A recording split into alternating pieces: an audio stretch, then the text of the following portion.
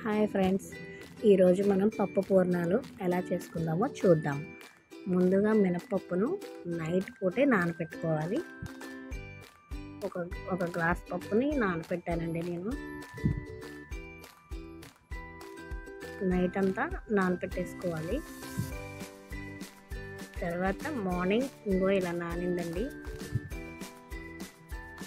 దీన్ని మనం శుభ్రంగా కడుక్కోవాలి పొట్టుపోయేలాగా. మేము మా ఇంట్లో పట్టుపప్పు ఎక్కువ యూస్ చేస్తాం. ఇలా పొట్టుపోయేలాగా కడుక్కోవాలండి.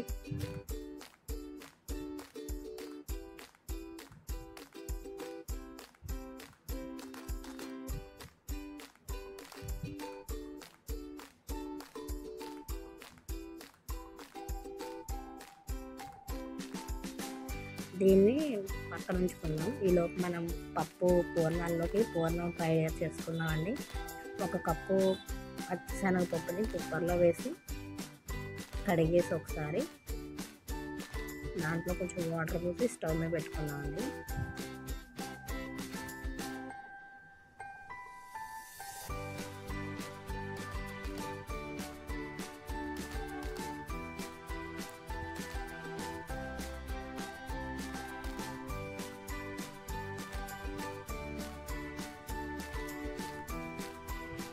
కిందాక మనం కడిగి పక్కన పెట్టుకున్న పప్పుని గ్రైండర్లో వేసుకుందామండి.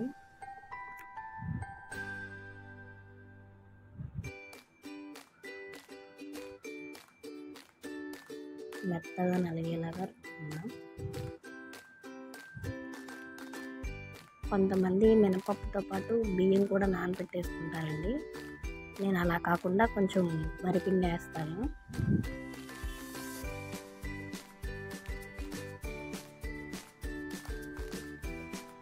మరి ఎక్కువ బియ్యం నానబెట్టిన పూర్ణాలు గట్టిగా ఉంటాయి, కొంచెం తక్కువ వేసుకోవచ్చు.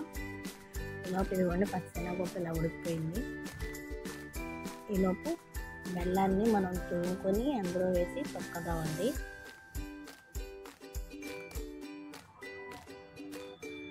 బెల్లం అందులో వేసేసి పప్పు గుత్తుతో కొంచెం స్మాష్ చేస్తే మెత్తగా అవుతుందండి. దాంట్లో స్మాష్ చేస్తే నలిగిపోతుంది.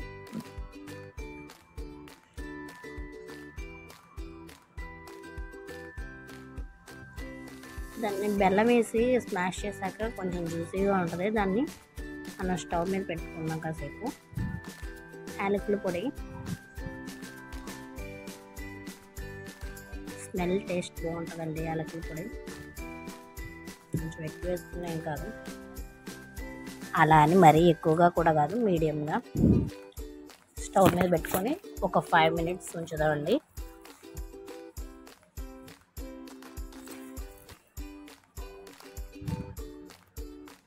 ఈలోపు మనం పప్పు చూద్దాము. ఇలా ఉడకనివ్వాలండి. 2 మినపప్పు చూద్దాం. ఆల్మోస్ట్ అయిపోయి వచ్చింది.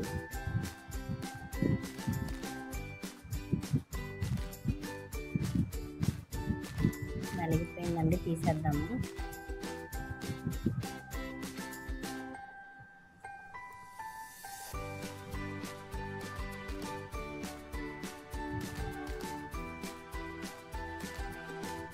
ఇలా మొత్తం తీసేసుకున్నామండి.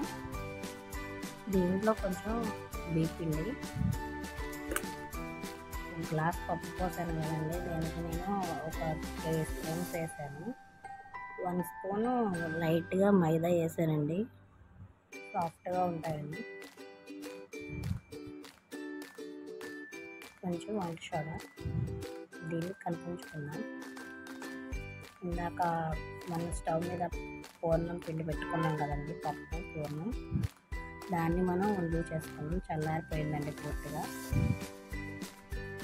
వండు చేసుకుని పక్కన ఉంచుకున్నాము. పిల్లలైతే దీన్ని స్వీట్ లాగా కూడా తింటారు కదా. పిల్లలు ఏంటండి, పెద్దోళ్ళైనా తినచ్చు.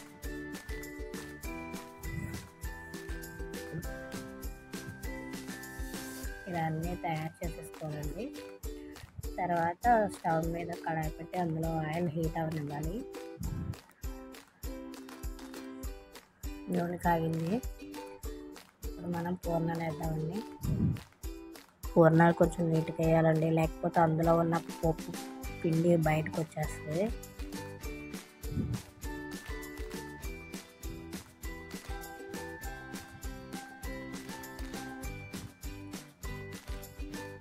ఇలా అన్నీ వేసుకున్నామండి.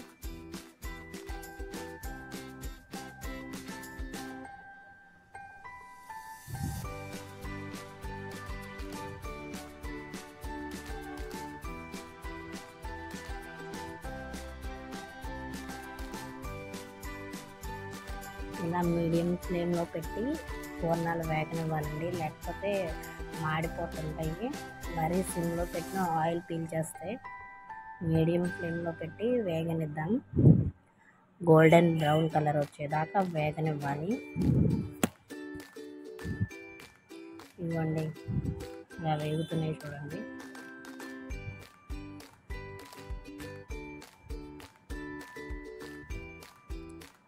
ఇవ్వండి, ఓ పక్క నేను పాయసం కాస్తున్నాను.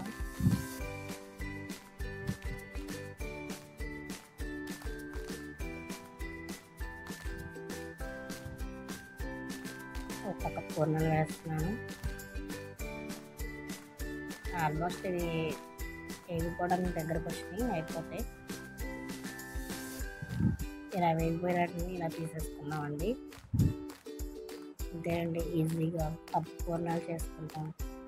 నచ్చితే లైక్ చేయండి, షేర్ చేయండి, సబ్స్క్రైబ్ చేయడం మర్చిపోకండి. బాయ్.